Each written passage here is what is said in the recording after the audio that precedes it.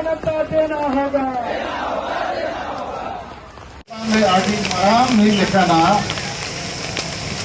Attention focus पूरा दुनिया रे भारत रे आदो नोआ तो इंग्लिश को मेना फील गुड फैक्टर माने जितकरो लगी और माराव लगी मिटर पूरा काम सुजोग को ᱧᱟᱢᱟᱠᱟ आदो नंकान समय इन मुचद रे आपे तनाम अयुरिया और कटिया को सरावतिया इन बड़ाई आबुआ कमी आदि कष्ट करी कना सांगे होर रुमु बुलु डाडो मारुन देव शांति रेगे मेना कोआ एन रहो आपे को रुमुटु ते नीत भारत दिसोम रे सनाम जिला रेन टीएम को एसपी को नवा कथा ने बुझाव को एहतिया और जैसे राज रेन मुख्यमंत्री राज्यपाल को भारत दिसोम रे राष्ट्रपति होंगे लकावतिया आलिया समाज रे संविधान लागू मा गणतंत्र लागू मा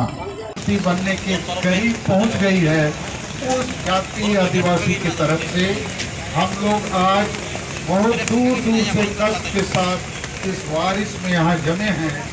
हम लोगों की भाषा को हम जब 2 बार लोकसभा में सदस्य थे हमारे नेतृत्व में पूरे देश के संताल आदिवासियों के सहयोग से पहली आदिवासी भाषा संताली भाषा भारत देश में 8वीं अनुसूची में शामिल है।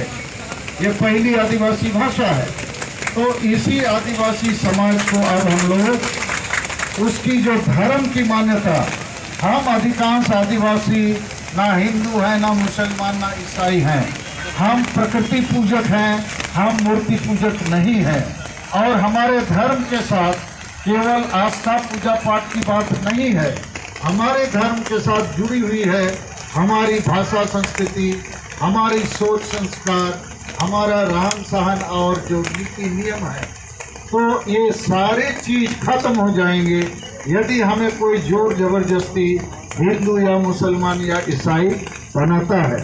जैसे हम धर्म बदलते हैं तो हमारे देवी देवता या भगवान बदल जाते हैं। हमारी जो संस्कार हैं, भाषा है, संस्कृति है, बच्चा पैदा होता है और शादी विवाह होती है, श्राद्ध होता है, पूजा पाठ या पर्व त्योहार, सारे चीज बदल जाते हैं।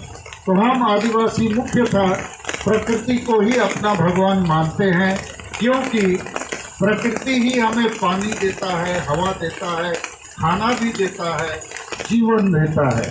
तो जो जीवनहार है, जीवन का जो पालनहार है, उसी को हम लोग भगवान मानते हैं। तो प्रकृति और हमारे बीच में और कोई भगवान नहीं है और इसीलिए हम प्रकृति पूजक आदिवासी कहलाते हैं। लेकिन दुर्भाग्य है, देश को आज़ाद हुए अभी करीब 75 साल हो गए।